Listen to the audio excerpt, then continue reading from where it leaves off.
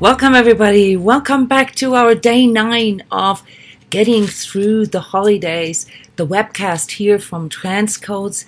My name is Yona Brindis. I'm your energy healer and energy coach here, live available for questions. Yes, we always start with reflecting on the energies of the day, which was quite interesting today. Then we're going to go into the crypto market, just a brief reflection. I have a few tips for you today. And then usually we have a panel guest. I guess I'm my own panel guest today, so you're going to have to contend with me talking about the physical integration of energies. And that includes, of course, our diet, our exercise, our lifestyle, and why this can be such an issue for energetically sensitives and empaths.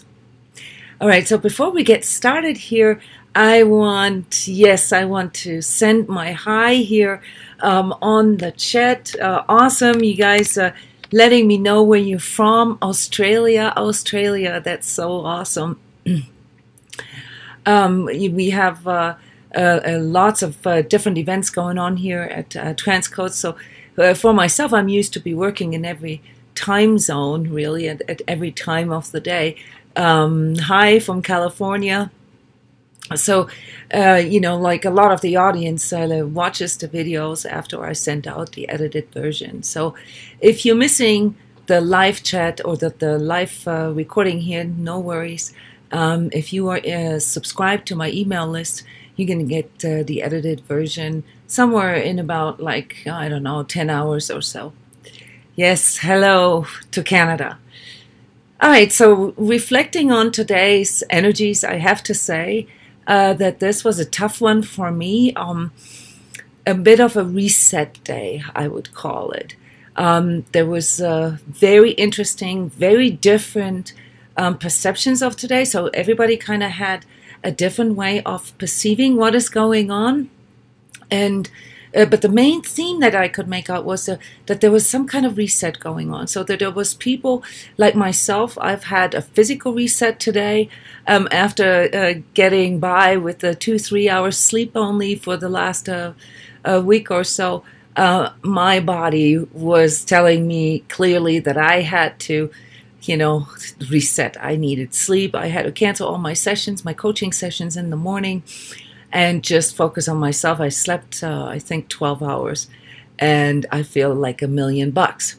Now, a lot of people, hey, London, hey, Trinidad, California again, Canada, awesome. So the reset in my case was a bit by the onset of a flu or a cold. I felt lots of headache today, and this proverbial pain in the neck that in energetically sensitives and empaths very often feel, mostly on the left side of my body. And what this means, I'm going to get to here when we talk about the physical integration part. But the big point of today seemed to be to go and connect with yourself and find out, what it is that you truly need, what it is that you're not getting.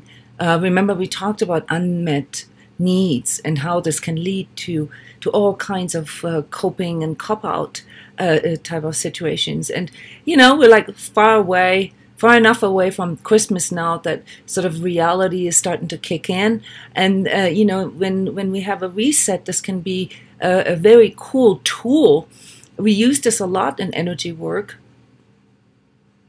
to release excess energies and to get sort of back into our center, and to, whatever it is that is bugging us, even if we can't really pinpoint it, to get to this place of like, time out, let me just sort of feel within, let me feel my feelings, let me feel my body, let me feel, sort of where my thoughts are going today, and let's stop that. I don't need to know, what caused it, and I don't need to know what resolves it. I just need to stop basically doing what I have been doing up until now. And for many of us, we talked about this in these past days, there was a lot of pressures, a lot of sort of resurfacing of old things, karmic patterns, coping patterns. Yesterday we talked about signal processing and how this can sort of individually translate for everybody. And this is really important to understand when dealing with energetic sensations, is that one and the same theme or one and the same aspect can display differently for everyone. And as we had Brian, Gosha, and Sheila here yesterday, I think a really interesting part of the conversation was when they shared with us their reference feeling for certain things, like their lexicon of inner sensations. And as some of you maybe know, we have a big learning intensive going on here this weekend at Transcodes called Energetic Visioning. So this is exactly what we're addressing there. We're teaching people how to decode their inner signaling system. And so when it comes to reset is a very efficient tool to get yourselves out of a loop, or to get yourselves out of a pathway, or to get yourselves out of a negative field, or a negative downward spiral, and to just halt it. You don't need to know the fix, you just halt it. And as you do this, you can apply things such as connecting modalities, like the breathing through the heart that we covered here at the beginning, or the unified self, really going in and unifying with yourself. And when it comes to some of the behaviors that we have, like myself, going over the top, not sleeping enough, and drinking too much coffee. By the way, this reminds me, I got one sitting right here. I double checked if that's okay with me. The first thing that we want to learn is really to get somewhat of a yes or a no signal. And someone, I think it was Sheila yesterday, mentioned kinesiology or muscle testing. And muscle testing can be quite efficient for energetically sensitives, because we often have this overlay, of from absorbing outer energies or other people's energies, and sometimes it's really difficult for us to tell, if something is okay for us, or if something is violating our boundaries, for instance, or if we are engaging in an activity that is actually not conducive, not good for us. And so in the process of learning how to make better choices, and when I say better, I don't mean more right or less wrong. I mean better as in more conducive, more true, more congruent for myself. In that process, it can actually help to use tools such as muscle testing in the beginning. Muscle testing has never really worked that well for me. I know many people who it works for, but what really works well for me is to take a time out and to actually go into my heart and fade everything around me out. And I'd love to hear from you guys how this has been sort of coming forward for you today, like this whole day of reset. If it activated you or if it slowed you down. Amari Porsamarilla says, oh, that's why I've been feeling sleepy. And yes to the pain on the left side. Hey, Arizona. Yeah, what are some of your guys's I don't want to call them reference feelings, but if you think back of the day to day, like how did things sort of feel for you? Did they feel motivating, activating, invigorating, inspiring, or did your day feel like you were sort of fighting against molasses? You kind of felt really tired. You had a hard time connecting with yourself, maybe even connecting with others. How did the day go for you guys today?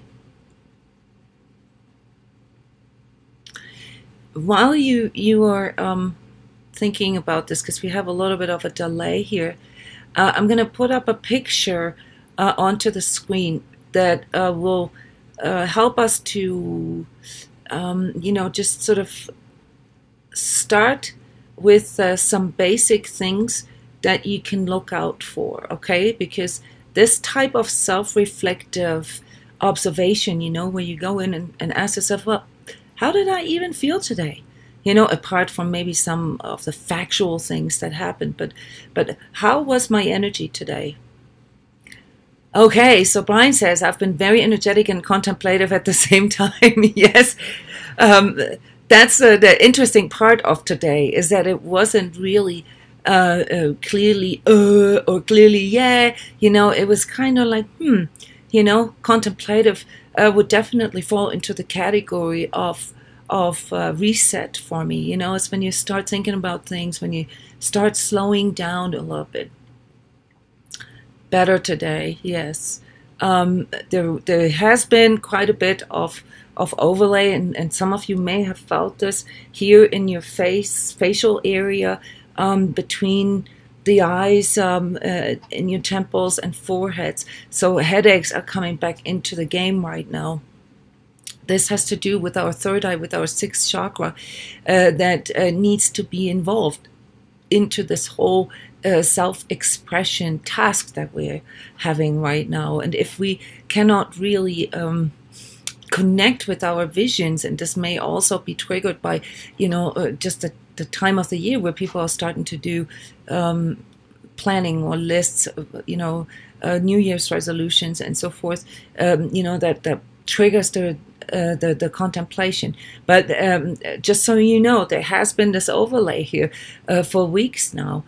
So our job really is to bring in this deeper perspective into, our practical lives, and that's why I wanted to talk about physical integration today.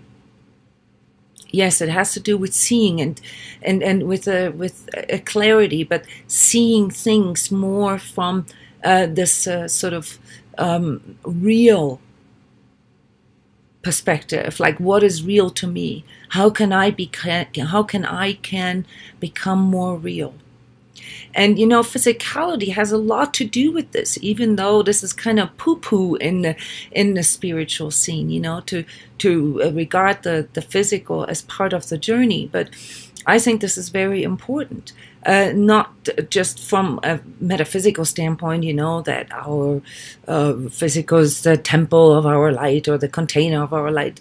Sure, that is the case, but there's other aspects to our physicality, namely some of which are negative, which we've discussed in the last couple of days when we talked about our autonomous nervous system. And how our fears can be triggered, how our flight can be triggered through our physical. This is important to understand, that some of these core programmings, these core coping patterns or cop-out patterns, as I actually prefer to call them, how they can be triggered by our physical. And so it is not as easy as, like, well, all you got to do is, stay alert and stay aware. You also have a body that dictates certain things.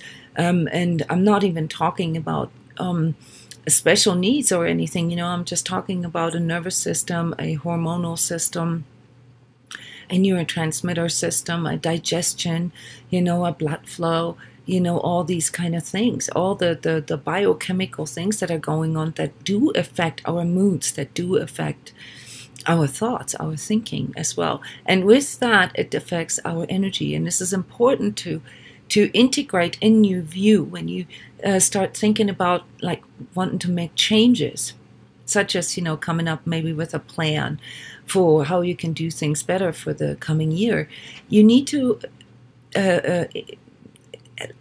allow your physical to have a very fundamental place in that, and fundamental as in really the roots, because if your energy is sluggish because, like, say you have food sensitivities, or you eat too much fatty foods, or you generally eat things that are not very good for your digestive system, then your energy will feel sluggish, and then your emotions will feel sluggish. Just like, today, I felt extremely motivated and inspired last night, and I worked all night till 6 a.m. in the morning. And then, of course, my physical caught up with me. And then when I woke up, I was questioning everything.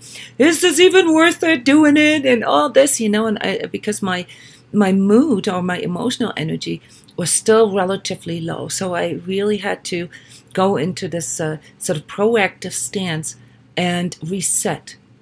And I actually did what I recommend. I did the unified self with myself. It took about an hour, which is unusual, but it showed me how much I was actually disconnected from my body. So even though, I'm here and we're talking about all these deeper aspects of self, I have not had enough time to walk my dog or to spend enough time in nature and exercise these last days. So naturally, this will have an effect on my energy, and I know it. Okay, so it's not enough to just be aware. You also have to really make an effort, to balance these things out with your body.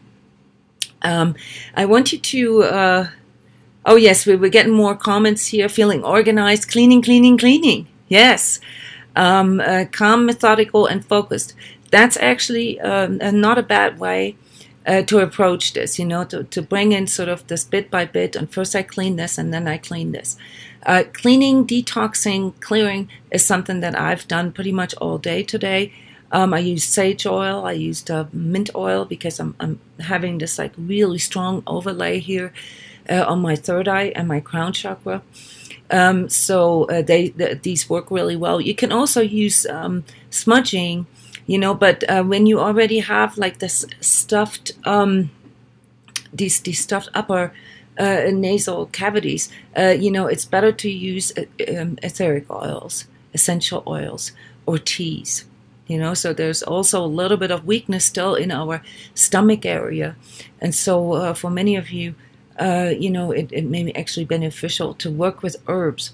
So oils and herbs and pretty much a lot of the Eastern Ayurvedic, especially traditions, they can help to realign our bodies without having to go through a massive shift. Okay, now granted, if you already know that you're drinking too much alcohol, or you smoking too much, or you're not moving enough, or you're eating foods that are not good for you, then of course you're gonna have to do some clear shifts there. But even there, I recommend people to ease yourself into it, because if you get deprived too much of whatever it is that you used for coping, then you have a buildup of pressure again, and then your life begins to become extreme again. So extreme is not necessarily beneficial, because extreme or intense usually also brings in sort of the potentiality of the fall, if that makes any sense. Yes, other people are reporting, yeah, today was complete rest and contemplation for me. Yes, and now cleaning. What oils do I recommend? It kind of depends a little bit on where you're at with your energy. So I used mint oil today because I know it helps me to open up this part here, and sage oil because I needed a clearing. I'm probably going to smudge later, but the main thing for me was to open up this part here of my fifth and sixth chakra. Okay, so I used mint oil, and lemon can also help because it's not as opening, but it creates more space. My translation, of my own lexicon of sensations actually told me today that it's all about space. It's all about creating a space. And remember yesterday, we scratched on that a little bit, and I also talked about the container of light. So basically, when I get into this place where I feel that everything is sort of caving in on me, and I feel restricted, before I go into analyzing or trying to make big changes, I reset, and then I focus my energies on creating more space. So the first thing I did was, and this doesn't happen very often, but the first thing I did was cancel all the energy coaching sessions I had until 2 p.m. so I could create more space for myself. And then I did all the things that I knew that worked for me. such as using the oils, taking a bath. I like using water right now because I can feel how that immediately helps me. I didn't have enough time to actually go hiking. I would have done this if I had less sessions in the afternoon. But I did not do cleaning today. I often do cleaning when I go low, but I didn't really feel I was low. I just felt that I needed more space and to gain more clarity. Yes, detox clearing here. Too much chocolate. Okay, so yes, as far as essential oils is concerned, you can read this up. There's also really cool practitioners, people who do this for a living, who can tell you exactly which of the oils work for what kind of ailment or what kind of energy, and they can also do cool mixtures. Yes, floating in the sea, Julian, that sounds like the ultimate healing methodology right now. Unfortunately, here in the Northern Hemisphere, at least in those latitudes or longitudes where I live, that's a bit unrealistic. You guys are, at your summer solstice right now, so you guys can do this. So yeah, I'm gonna have to come and visit Australia soon here to be able to do this. So yeah, so when you work with your own lexicon of sensations, you kind of have to go into, observing, and then setting aside. Don't jump to conclusions. Okay. This morning, I remember waking up. I felt like run over by a truck, and I felt like, oh my God, I'm getting sick. And this was a pivotal moment for me, because what I could have done is I could have, allowed myself to go there literally, to accept that I'm going to get sick and that this is going to be, a shitty day, and how am I going to do this? But I didn't. I felt into my body. I felt into my headache and into the pains that I had, and I'm like, okay, I'm just going to go into what I truly need right now. And I'm not going to make anybody responsible for this. As I know, that accountability for my own choices, is what empowers me. And instead of going there, I decided to activate my inner self-healing energies. And I sat with myself and I just enjoyed, sort of feeling into me. And that gave me a lot of information as to what it is that I'm not getting, what it is that I truly need, and what it is that I need to give myself at the moment. And the message was super clear and easy: sleep and water. And I did this, and it's almost like these miracles that people describe. It's like that moment I decided to go into this act of self-healing, using my body, as a mirror. Everything switched. My entire energy switched, and I started to feel expansive again, and I started to feel good again, and then I fell asleep. And when I woke up, I felt fine. It was not, it had not developed into this cold or flu or whatever I was afraid of. So this is an important thing for you guys to remember, that when you feel something coming on, that there's still a part of you that has a choice. All right, you just really got to go in and activate that part in you. Then, namely, your inner self-healing.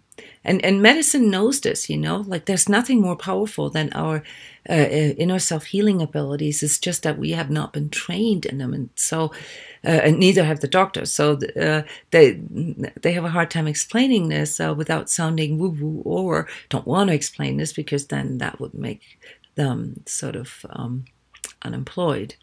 So yes, it's to really go into this place of self-gentleness. I like that. Self-care, self-love. So self-love, as a healing resonance, one of the most powerful vibratory fields that we can actually sort of surround ourselves with, or align ourselves to. So let's look at this chart here on the left, identifying energetic sensations. I know it's probably a little small for you to see all this, like what it says on there. But basically what I've done here is create like a little bit of a compass for you, but without going too deep into the interpretation of certain things. But there are things, and those of you who are with us here this weekend in the energetic visioning intensive, learning how to navigate our energy internally and externally, it's way more technical than you think it is. We use the mystical and we use the meditation and our visionary abilities, but there are some things that you can learn before you sort of go into this field of all possibilities and navigation help. And this is one of them here. First of all, if I'd have to explain this to you, how your energy is basically navigating through space and time and dimensions, is that it's really your heart field, your heart center that we keep talking about, that makes up sort of the midpoint of your GPS. Okay, that's like bam, that's the compass rose right there. And the rest of our energy centers, you're probably familiar with the 7 main chakras.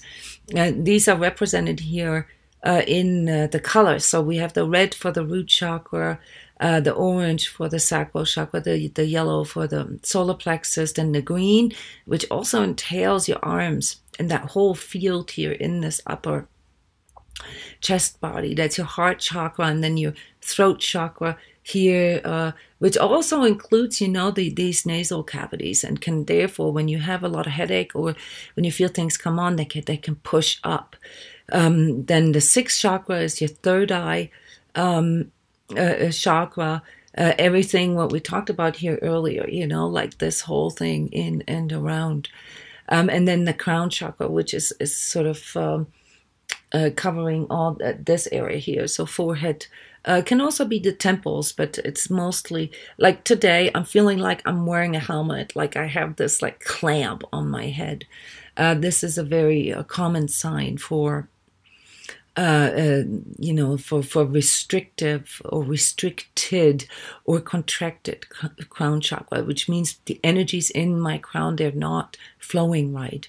And some of that has to do with sleep deprivation, but some of that also has to do with some of the collective energies that have been pushing on us.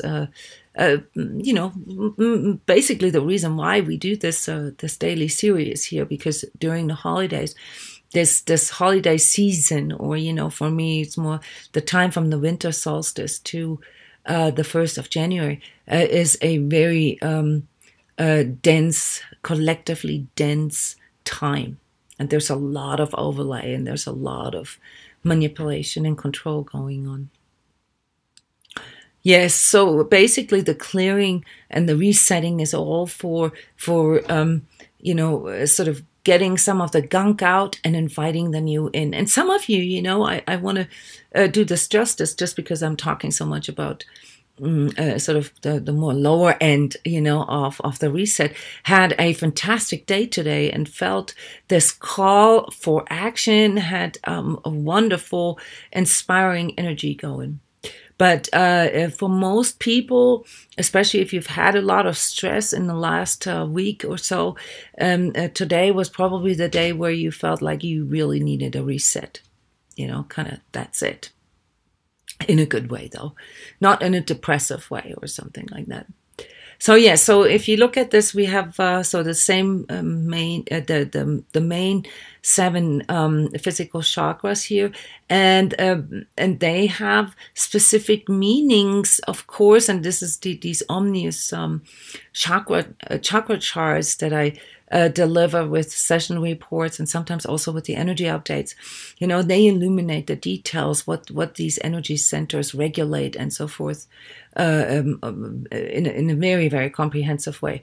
But I don't want to go there right now. I just want to give you a little bit of a heads up for when you feel things primarily on the right side or primarily on the left side, in your upper body, lower body. And of course, knowing what these the different energy centers means can also help you in identifying or interpreting some of your physical sensations. Okay, so for me, it's very easy to contextualize what I am experiencing physically, because I'm trained in my energy centers, and I know my physical really well. I can literally feel, and I can also see this in other people, by the way, when there's an intrusive energy in your blood vessels. I can see, this is so funny because I never thought I would actually say this, but I can even see neurotransmitters going through your system if they have any specific meaning in context with the energy work that we are doing. So at the right side of the body, and this counts for about 85% of people, for most people who are right-handed. For people who are left-handed, this can be reversed, but the right side of your body is usually linked to masculine energies, meaning like to the assertive part of you, the more rational, more competitive part of you. And you don't get this confused. So the right side of your body is linked with the left hemisphere of your brain, simply because of how our nerves cross in our neck area. And therefore, the left part of our body is associated with the right hemisphere of our brain, the more creative, the softer, the more nurturing, the more feminine, the more, curiosity, but not sort of this intense curiosity, but like being open for things. And the way this then interprets into your energetic, physical energetic sensations is that things that we feel primarily on the right-hand side are usually in regards to ourselves. It's almost like looking at myself from the outside. And the things that I perceive on the left-hand side can very often more associated to other people. How do other people see me? So the left-hand side is more, where things from the outside come in. And the right-hand side of your body and the energetic sensations there are more coming in from your own, let's say self-judgment, how you see yourself, what you don't like about yourself, critical inner voice, and so forth. Yes, Cheryl, thank you for saying eucalyptus. Eucalyptus is wonderful for creating space. And I've used eucalyptus as well. I just forgot to mention this. So mint and eucalyptus those are very beautiful essential oils to work with when you feel a little restricted. I actually put it in my bath water. That's how I really enjoy this. But yes, very good tip. And as far as teas is concerned, I like fennel tea. Because it's very mild, it's relaxing, and it loosens up things in your respiratory system, and it really helps to detox. But it's not a laxative, but it's a really soft sort of digestive help. All right, so it can take out excess pressure. So fennel is something that I recommend you in those states, or also prophylactically. I mean, you can drink a cup of fennel tea every night before you go to bed, and you'll see that it allows for a slightly better flow. But if you have stomach issues, chamomile is probably the best. Peppermint works well too. Anyway, yeah. So you see that there is a little bit of a law there, or not law, but there is an order in all that. It's not as chaotic as it thinks. That's what it seems. That's why I call it, less mystical than people think. But when it comes to like interpreting your inner lexicon of sensations, it's important that you have a good feel for, what's left, what's right, what's center. And, then for the navigation, we also put into account up and down, forward and backwards. So these are all maneuvering, navigating techniques that you have to learn If you want to be like a pro visionary, or really want to want to like spend a lot of time exploring these inner worlds and outer worlds, okay, with nothing but your ability to move and to control is not the right word, but to maneuver your energy. All right. You can also see here. Then there's this upper body and lower body. So the everything sort of below our heart chakra is kind of like our core energies. Often, our emotional patterns, also karmic stuff. But those are core energies, and they very often also have to do with our digestion and mobility apparatus, like the moving part. And things in our upper body, like sort of like here and above, they're usually associated with mental energies, with thoughts, contemplation, and so forth. And everything here is sort of in this middle section, right? Like from here and slightly below your chest, including the arms. Those are usually relational energies. So, as an example, when you feel this sharp pain in your left shoulder blade, okay, that's usually an energy that comes in from the outside, and that's associated with people around you, people that you are relating with, or it can also be places that you're relating with. Whereas if you feel like, say, this sharp pain on your right rib, and again, I want to remind you, if you're left-handed, this may be reversed. And for some people, it just is. Like everything is exactly how I say, just reversed. Okay, so observe this with yourself. But if you're feeling like, say, like this strong pain here on your right hand side of your rib cage or whatever, it's usually indicating that there's something about you, or how you feel or think about you, is contributing or linked to this kind of pain. Then, we also, of course, have, things that have to do with, like, especially with the relationship or relation energies, is the giving and receiving part. So in most of the cases, the right-hand side, especially, of course, if you're right-handed, is associated with giving, and the left-hand side is associated with receiving. So watch this, even if you don't know exactly, what these things may be or what triggered them. But as you sort of pay attention and connect with your physical more, you'll become much better at pinpointing some of these pains and aches, and you'll recognize them as energetic sensations rather than, thinking like, oh my God, what is this? Do I need to go to the emergency room? Now, it's of course important that you go to a medical professional when you have aches and pains, especially if they're chronic. But, you can only heal what you can feel. And so my recommendation for you, especially in context with reset that we talked about today, is to feel into it, feel into your pain and connect with your pain. And if you can, breathe through it, connect with your heart, and ask your inner guidance to give you, hints or, guidance really in regards to what do I truly need right now? What is it that I'm not getting right now? Why am I choosing all these complex coping mechanisms? What is underneath that I'm not getting? And then choose to give it to yourself, basically.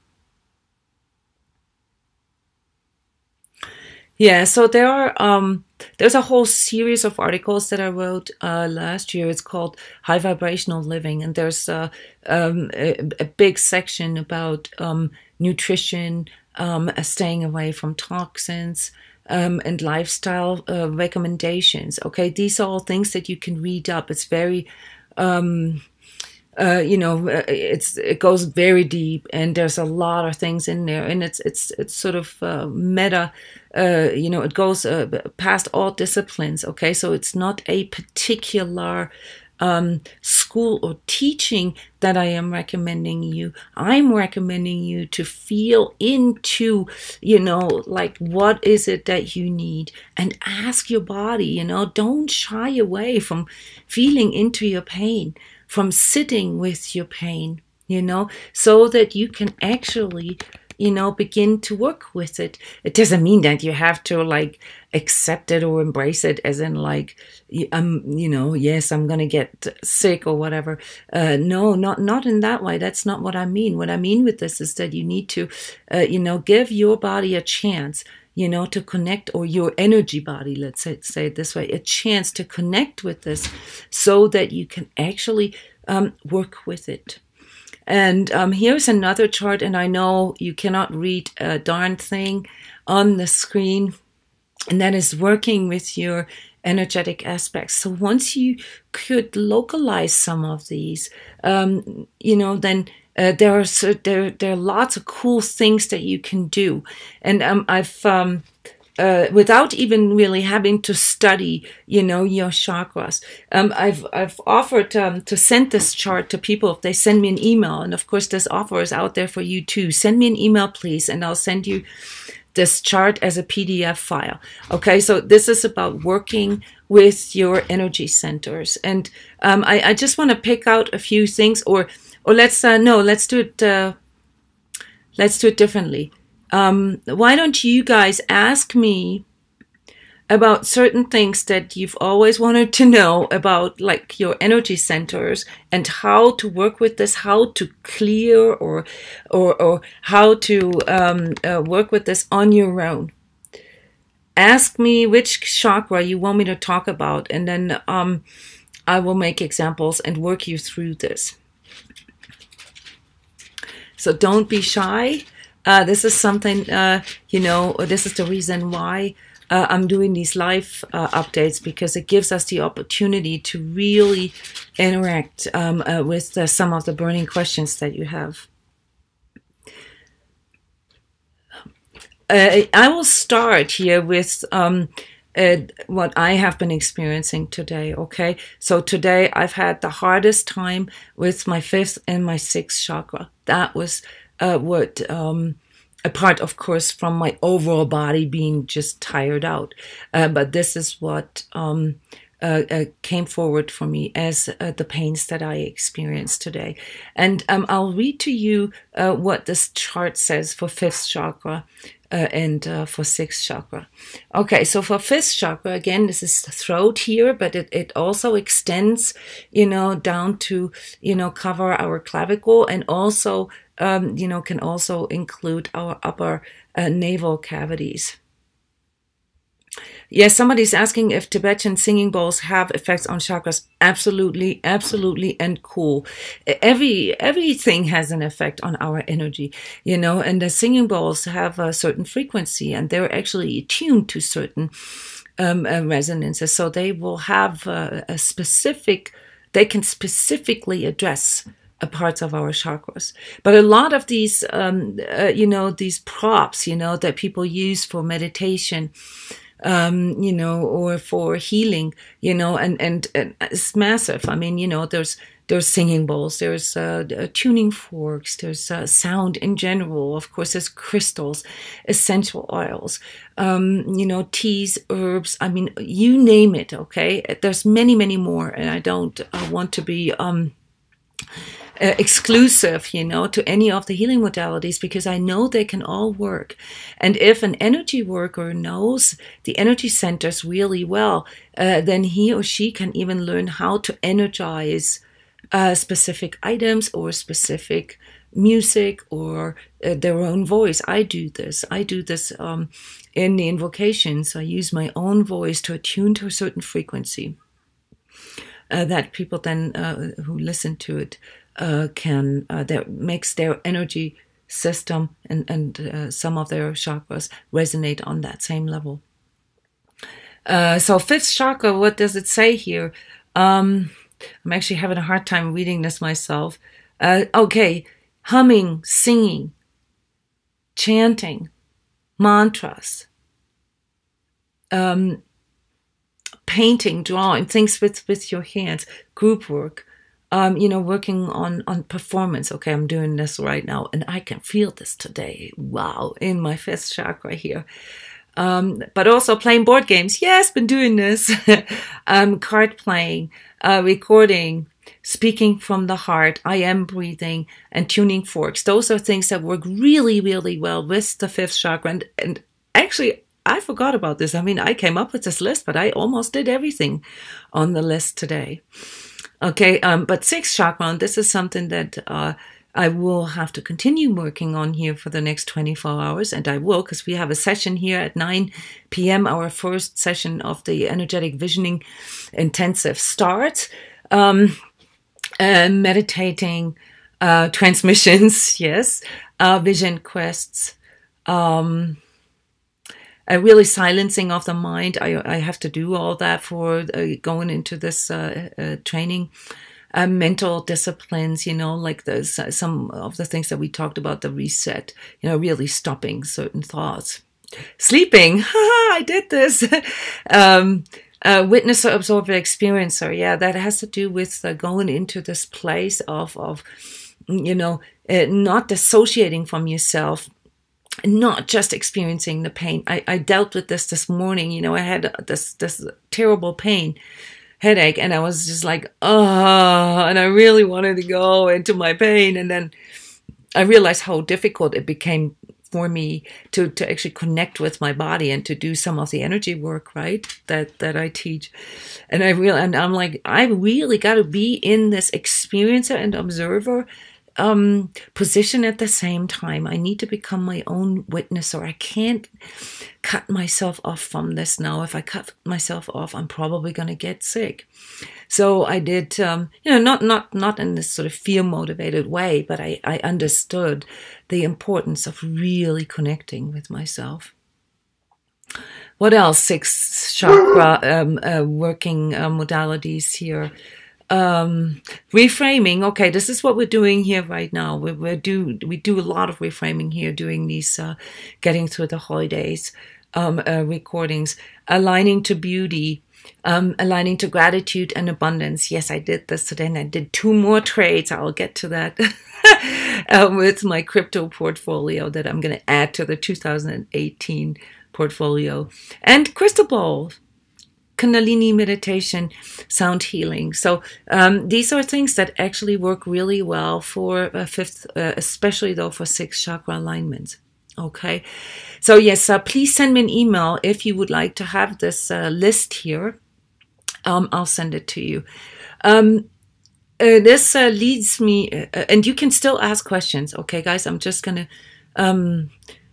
For the remaining minutes here, I want to cover some of the things in the crypto market that have been happening today, or still going on. It's a 24-hour type of thing, so it never really stops.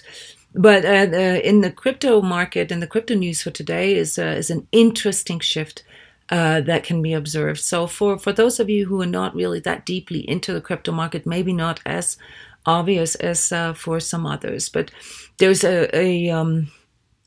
first of all, there's more money flowing in now. We've seen this starting, and then through all the FUD, remember the fear, uncertainty, and doubts that were spread, that are still being spread, by the way, right now. All of a sudden, all the people who felt motivated, to become a crypto millionaire, sort of backed out, and that's all right. This is an important correction, and I was actually glad this happened, because remember, I warned a lot of people here not to fall for the hype, not to fall for the greed, because that is not a good foundation for abundance. And so that has gone down, but there's a shift within the shift right now. And today was a bit of a reset. There's a new a movement going into the smart money, into the banking money. And those of you who are familiar with the crypto market, watch Ripple.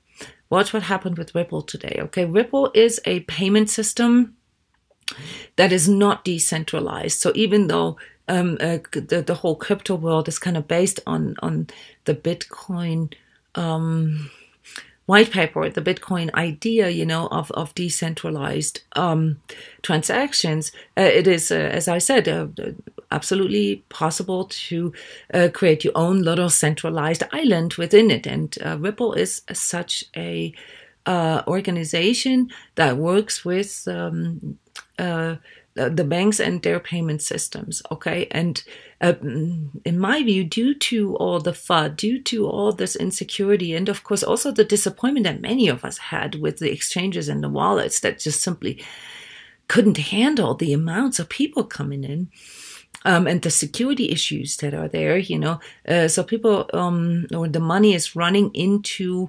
the banking system through that. So keep an eye on that, guys. And the reason why I'm picking the crypto market to reflect some of our collective energies is because it is a grassroots movement. However, if we get deferred so easily, and go into our pain and our fear at the first sign of like, oh my God, there's something big happening, just like how I felt this morning when I was starting to get sick, and then detach from this, this actually gives, these powers that try to control all that, it's not like we live in a free world, right? That gives them more power. So this is what's happening right now. There's a shift into the old powers. And I have no doubt that all this is going to equalize here very quickly. But this is what has been going on today. And mostly due to the security issues, to the, the malware, the crypto hijacking, the exchanges doing insider trading, the wallets not functioning right. All this has led to this huge insecurity, and it still is at the birthing state and Wild West, and so it's important to heed those warnings, and to not go overboard. So let's continue to observe. Let's be in the observer and experiencer mode at the same time, and witness, how this is all unfolding.